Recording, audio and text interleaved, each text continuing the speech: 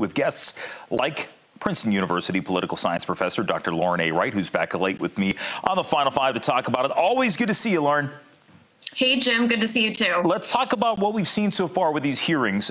We know that this commission was formed. It is a select committee. It is bipartisan, although some people seem to believe it may not be that case, judging upon some of the allegiances of the Republicans on the panel here. But as you've seen this play out so far, has anything particularly stood out to you in what we've learned so far? Maybe things that we already knew about January 6th?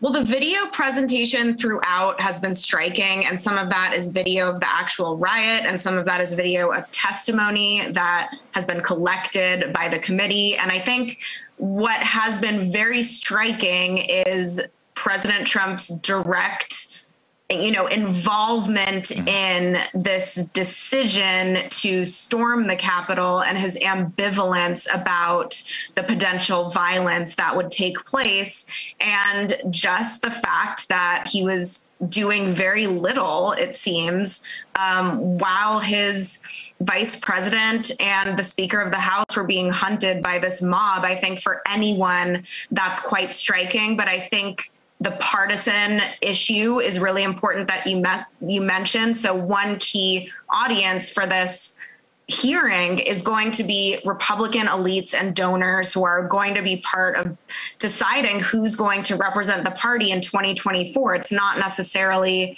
going to result in changes of opinion for the public.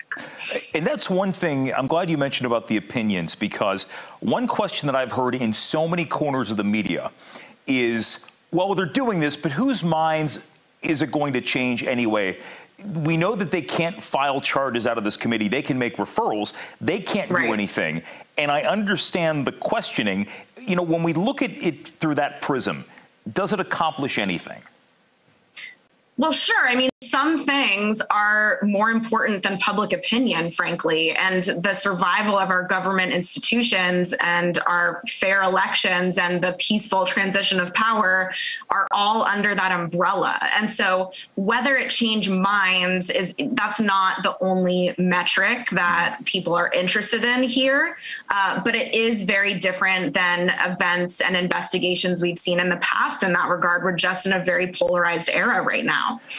You know, what really has been interesting throughout this whole process are the number of people who have testified so far. And yes, there has been that stigma that is this a partisan endeavor? Is this something, are Democrats just trying to impeach Donald Trump for the third time, which I've heard from some Republicans. But most everybody that we've heard testimony from have been Republicans. In many cases, these are people that former President Trump, remember, former President Trump said, I only hire the best people. Some of these best people have come before this committee.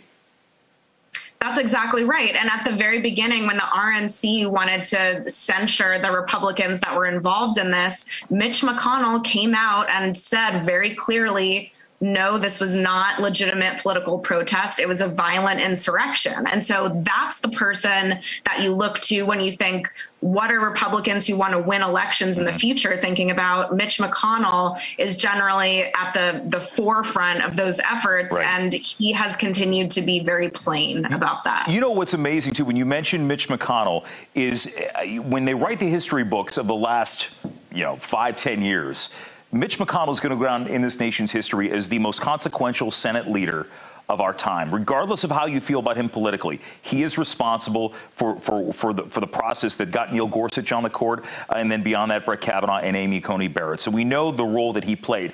But you mentioned that. He is somebody who's also been vilified, including by Team Trump at this point. Somebody who was a partner in a lot of this decision-making during the Trump era. They're turning on him, too.